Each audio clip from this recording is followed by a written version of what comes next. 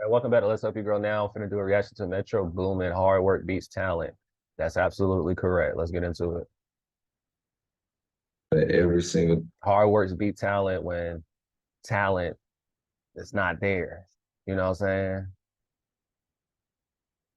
day of life, every single day, you do something working towards that. It's a business. It's a company. So you just gotta approach it like as somebody who owns or runs a company and just treat it like that. Not saying you can't be older in rap, you can, but you just gotta cater to another audience. Yeah. So like your age. As essential as it is to be doing this, it's essential sometimes to walk away from it.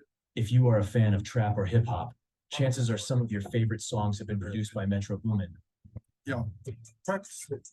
Valid practice it. Practice it. Valid practice. Ever since I was young, I said I won't be nothing. Now I want to say congratulations.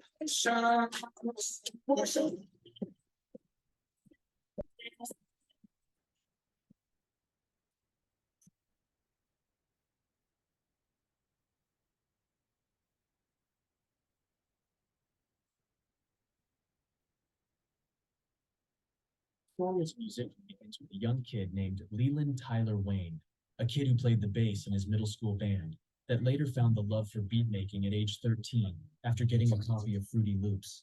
But Metro's journey to stardom began in high school, when his dedicated mother would drive him for over 8 hours from St. Louis to Atlanta, just to collaborate with artists he connected with online.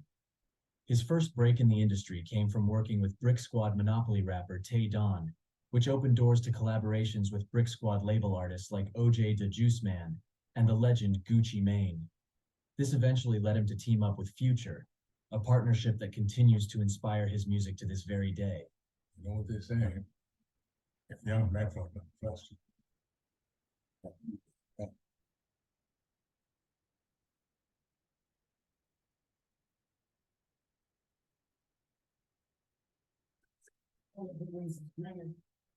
And whatever you want to do in life, man, just stay down, pray on that, focus on that, man. And whatever you're trying to do, make sure that every single day of your life, every single day, you do something working towards that every day. Like no day off at all. It can't be a sometime thing. Like you gotta really devote everything. I just want people to know how important that is, over talent, all that. It's hard work, it's over everything. Stay down and just do your thing and do your own ways, because when it works out, if you work at it every day and it will probably end up working out, it's just gonna be the best way. Yeah, so he just said you gotta do it every day. Even when you don't feel like doing it. You know what I'm saying? I know some of you guys might have jobs or whatever. You go to work whenever you need to go to work and you don't be feeling like it. I know how that is. You feel me? So you got to do the same thing with your music. Everyone has their own timeline. I know other people might feel like I've had my prime or in my prime, but I feel like I'm just now about to enter that. So I feel like, what if Dr. Dre or somebody was supposed to do a verses or anybody like that, or Kanye, and you just count, but for real, you just count the first 10 years of that shit. You'd be like, man, you're gonna be leaving really everything out. I'd probably be ready to do a verses when I'm like 50. One of the biggest things I've learned over doing it over and over again in trial and error is you just gotta make sense. Just cause a song don't make it onto this album don't mean it's any less better than the rest of these. You know what I'm saying? And not saying that that song wouldn't fit on the album, because it definitely did. Like, it was for that album. But we knew it was still a banger. We still put it out on something coming up. Like, it was gonna be an intro to like just one of the next things we did. Cause we did that song, it was gonna be the intro to Savage Mode 2.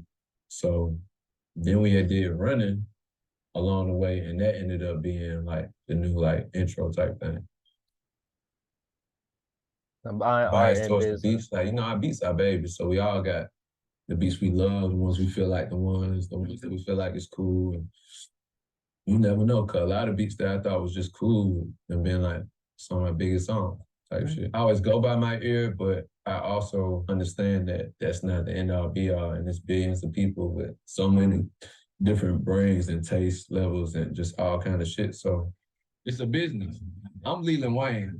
Just me as a person, but I like Metro that. Boomin as the stage name, just that I look at it like that's a company. Like you said, the management, the team, everybody involved. Like it's a company, so you just gotta approach it like as somebody who owns or runs a company and just treat it like that. Hip hop, like a rapper, shit like that is based off of like trends and being cool, and a lot of part of that is being young. Mm. You know what I'm saying? Not saying you can't rap when you're older, but it's just like it's mostly like a young person's sport. Right. Versus producing, like being on the other side, like man, you could never stop. You could do that as long as you really want to. But like singing with most singers, that's like Hey, now technically, I will say, you know, because I know y'all watching, right? Bro, you can be an artist at any age. You can do this at any age, bro. Like you can be successful. You got 2 Chainz that was older. You got Future. Future made it when he was older, like 28 or something like that, going to the 30s and stuff. Like, and you got Jay-Z still making music. So music is like it's timeless. So I just want to get that across because I don't want y'all thinking that because he don't like Metro. He don't even mean that. He don't mean that as in that context in that way. He's speaking on some motivational stuff on some other stuff, and letting you know the exact game. You know. Now I will say this though.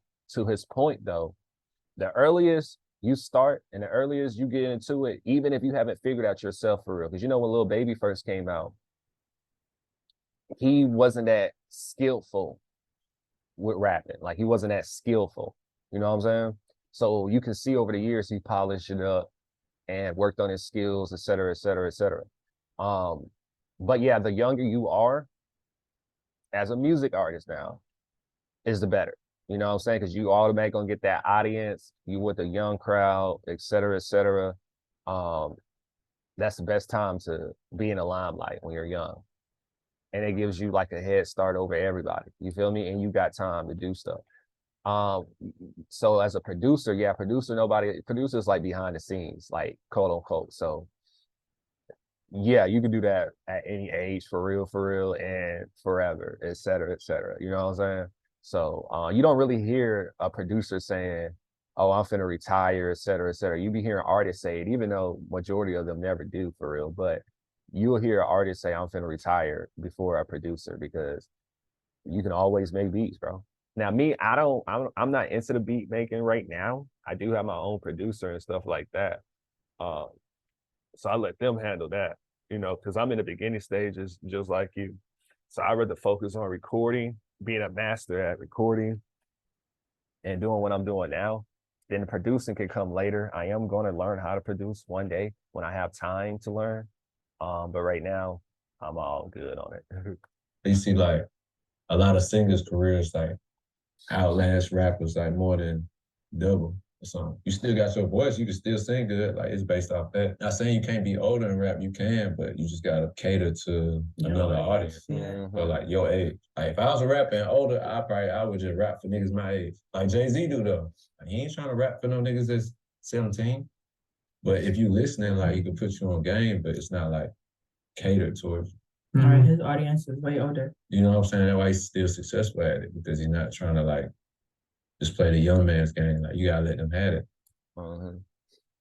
Yeah, yeah. To his point, to his point with that, yeah, that is like in that sense.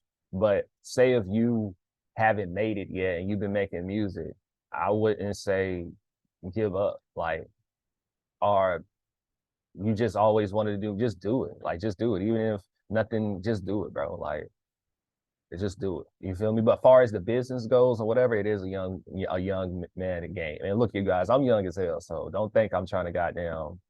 You feel me? Like, nah, I'm just giving y'all facts. The difference between why is a record like? Oh, and this is just to have fun. Like y'all saw the caption, right? Because I know I was talking and I passed through. Let me go back. Remember to have fun. What's the difference between why is a record like that you made 10 years ago could still be played now? To where records now that drop, it's like after 2 weeks, you don't want to hear it like something else. Cause we was just having fun. We wasn't trying to be nobody else. We weren't trying to emulate nobody. That's what it be for real. The vibe. Yeah, it be the vibe too. So it's like if Weezy got his sound, if you another upcoming producer and you making beats just like Weezy and then come out and it's just like All right, that was cool, but we got Weezy. And you're not Yeah. gonna be Weezy better than Weezy. You feel me? So like, it's just different now with the internet. I feel like, and it's not even just for producing, it's for rap too, just all music, like the internet and accessibility of things. It's more of a blurred line between professionals and amateurs. You know what I'm saying? Like one of the biggest artists could get a beat off of YouTube or a $25 license or just anything, and that shit could take off. You know what I'm saying? Like, it's a blessing that anybody could get in or could, but it's not really like, it's not a producer's fault. Like, you supposed to be trying to like, you know what I'm saying? Get to that shit. But I just feel like it's less of a like quality control. Back then, not even all the way back then, even up until a few years ago, I would just, I don't know, I would just burn it all the way out, just keep going. Like, I would just never like not nothing. And they'd be doing all this and not even putting no songs out or nothing. It's just like just doing it. But like I don't learn to, as essential as it is to be doing this, it's essential sometimes to walk away from it. Yeah. You gotta walk away. Just your ears, your brain reset, just everything. Like I love movies. I watch a movie. Movie might inspire me or something. Cause it'd be a lot of times like I might be making a beat, but be kind of like I might be doing it a certain way, and then go home, go to sleep, wake up the next day, and pull the same beat up. Try it a different way. And it'll be like in 1 second, I'll know everything that needs to happen with it, but couldn't think about it the day before because maybe you just burn or just like fresh ears is a real thing. That's a real gem I'm gonna drop niggas. Fresh ears is a real thing, bro. Like sometimes you just gotta come approach songs and beats with fresh ears. It'd be like there was songs too a lot of times. Like me and Ethan will be up working on the song all night, might be working on one verse just for hours. And then it's like, nigga, go home. Or I hear it in the car on the way to the studio the next day. And it just be, I could just hear every single thing wrong with it or that needs to happen because it's just fresh ears. I learned that's a real thing. To get inspired again, I like to listen to music that inspired me growing up and music I listened to growing up. That's why I get really most of all my inspiration. Like I had like the 2017 point we was talking about the Big Sean shit and all that, like then you know music started going another direction type thing as far as the quality of shit. So like, and I wasn't really listening to, I don't listen to a lot of shit now. I'm not even gonna lie. Like I listen to a lot of shit, but like a lot of new shit or like what be going on. But I had to think about it. I was like, what got you going when you was in high school making beats excited? Shit, it'd be like all the shit I was listening to back then. Like, so I be listening to all kind of shit from my childhood up through high school and all that shit. And I just be getting so much inspiration from that shit. Yeah, that's how it be too. Cause I know I was listening to Young Nudie. Like I remember when I was like 17, like 18. You feel me?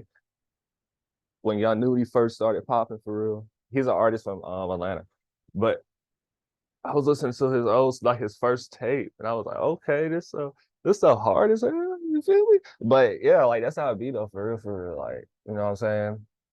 And that's not saying that I'm gonna make music like him or anything like that. It's just certain things like you just be like, oh, because I feel like that's timeless. Like I can listen to it now in 2023, and it came out around 2017. You feel me? So it's like no diss to Lil Pump, but I'm just using Lil Pump as an example.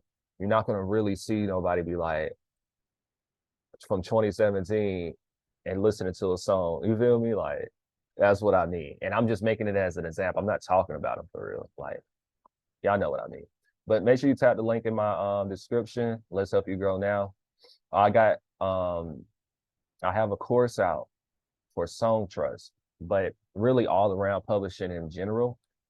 It's only $100 to sign up for Song Trust is $100 as well. But even when you sign up for Song Trust and they start collecting your publishing, and I'm gonna talk about that later on in other videos, that doesn't mean that money is just gonna fall out of the sky for you and your music. No, you're gonna have to know how to market it, et cetera, how to what things mean. And I break down what every type of royalty between mechanical royalties, micro content, sync royalties, all types of stuff. So it's like, just get the course and you will see what I'm talking about. And I'm gonna have you get the let's help you with Song Trust Publishing course, which is $100.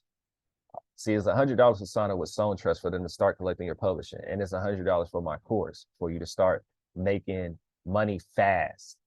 Because I had to wait a year before I started really making money with Song Trust for real. So I'm helping you skip steps. You feel what I'm saying? That way you can come out the gate making some good enough money. But the link will be in my description. You'll see it. Something you're interested in, I will highly suggest you go ahead and get it.